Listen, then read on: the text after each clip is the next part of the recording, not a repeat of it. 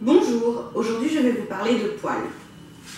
Donc j'ai dû changer mes poils il y a à peine quelques jours et ça a tombé très bien puisque c'est tombé au moment où j'ai eu une proposition de tournage pour cet autre programme. J'ai dû choisir déjà mes poils à moi, donc en magasin, pouvoir les acheter, pouvoir comparer les prix et voir un peu ce qui se proposait aujourd'hui. Donc j'ai pu faire une petite comparaison de différentes marques à différents prix et différents revêtements. Donc sachant que moi la contrainte que j'ai, c'est que j'ai une plaque à induction. Donc déjà avec une plaque à induction, au niveau des tarifs des poils, on double pratiquement le prix.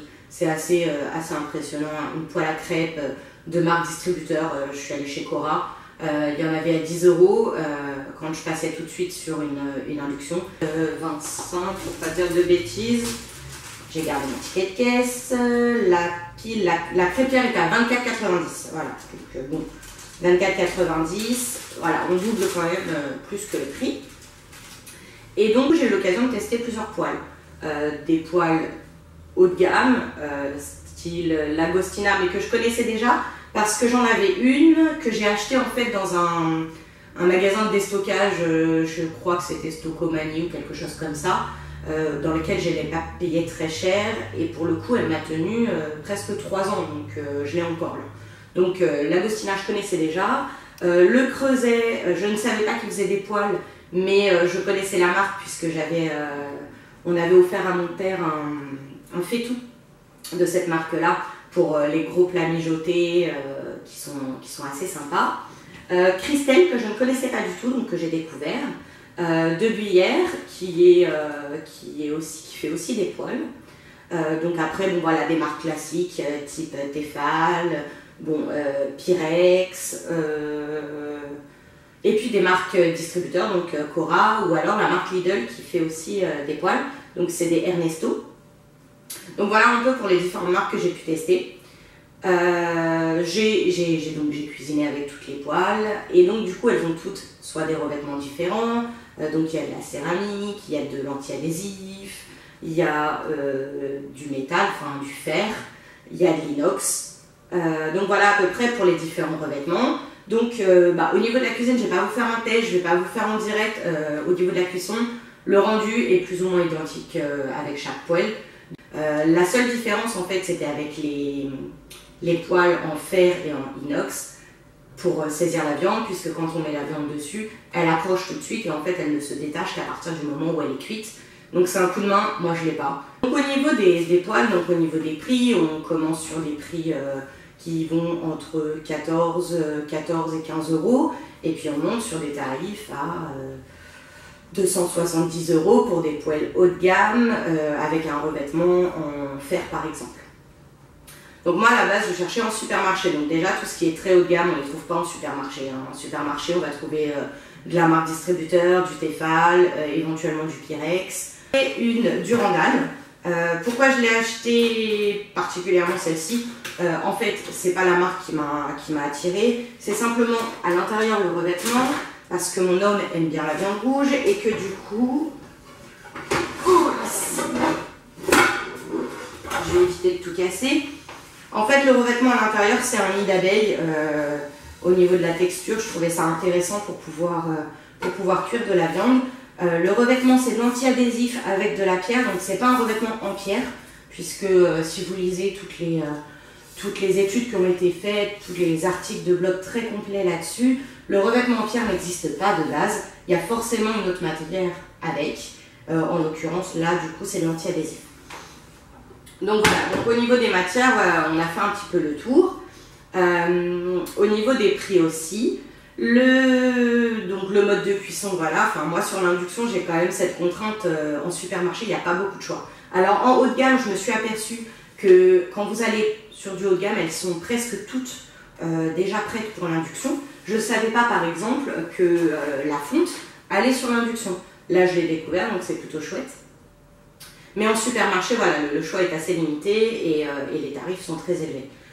Je voulais acheter des poêles chez Lidl, sauf que, non, au moins regarder pour pouvoir comparer, sauf qu'au moment où ma poêle m'a lâché, forcément il n'y en avait pas chez Lidl, puisqu'ils les mettent de manière temporaire en fait.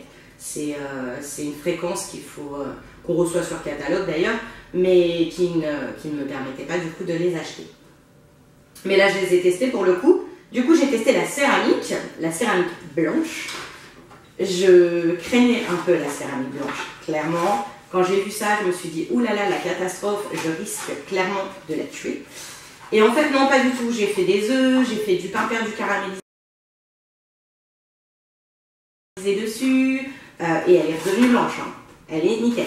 Donc voilà, la céramique, j'ai été agréablement surprise parce que j'en avais peur. C'est vraiment une matière sur laquelle je flippais parce que déjà, j'ai pas l'habitude. Et puis, quand on a l'habitude de l'anti-adhésif, ça se décolle tout de suite, un petit coup d'éponge c'est bon, ça passe au lave-vaisselle. D'ailleurs, le lave-vaisselle, en fait, elle passe tout au lave-vaisselle. Quand on regarde les notices, oui, j'en ai eu pas mal les notices du coup, parce que vous voyez un peu la masse. Toutes les notices stipulent que la poêle peut passer au lave-vaisselle. Par contre, ce n'est pas conseillé de la passer au lave-vaisselle. Déjà parce que les produits sont assez forts, parce qu'on les abîme plus vite, et puis parce que par exemple, celle avec un anti-adhésif, le revêtement va partir. Au bout d'un moment, le revêtement s'écaille, ce qui s'est passé sur ma dernière poêle. C'est d'ailleurs pour ça que je l'ai changé. Tout le bord commençait à s'enlever. Donc à partir du moment où ça s'enlève, c'est sûr que la poêle elle est morte. Ça va en mettre partout, on risque d'en avoir dans les aliments, enfin non. Dans l'idéal, ce serait quand même d'avoir plusieurs poêles. Donc une poêle pour la viande par exemple, en même temps une poêle pour le poisson, une poêle pour mijoter les petits plats.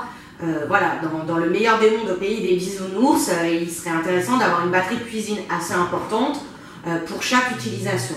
Bon, clairement, moi, chez moi, c'est pas possible. Déjà, j'ai pas assez de place.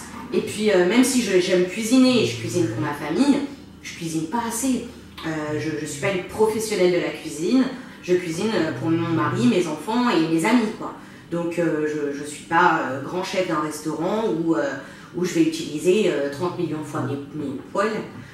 Donc voilà, donc déjà, voilà, au niveau de l'utilisation que moi j'en ai, je vais pas forcément partir sur des grands hauts de gamme, même si j'ai pris beaucoup de plaisir à les utiliser, j'ai pas le budget, et puis voilà, moi j'ai d'autres priorités que de mettre plus de 100 € dans une poêle. Là, moi, franchement, j'en ai eu pour 80 € déjà, voilà, ça m'a fait mal. Bon, je sais que je suis partie pour au moins 4 ans tranquille, enfin j'espère.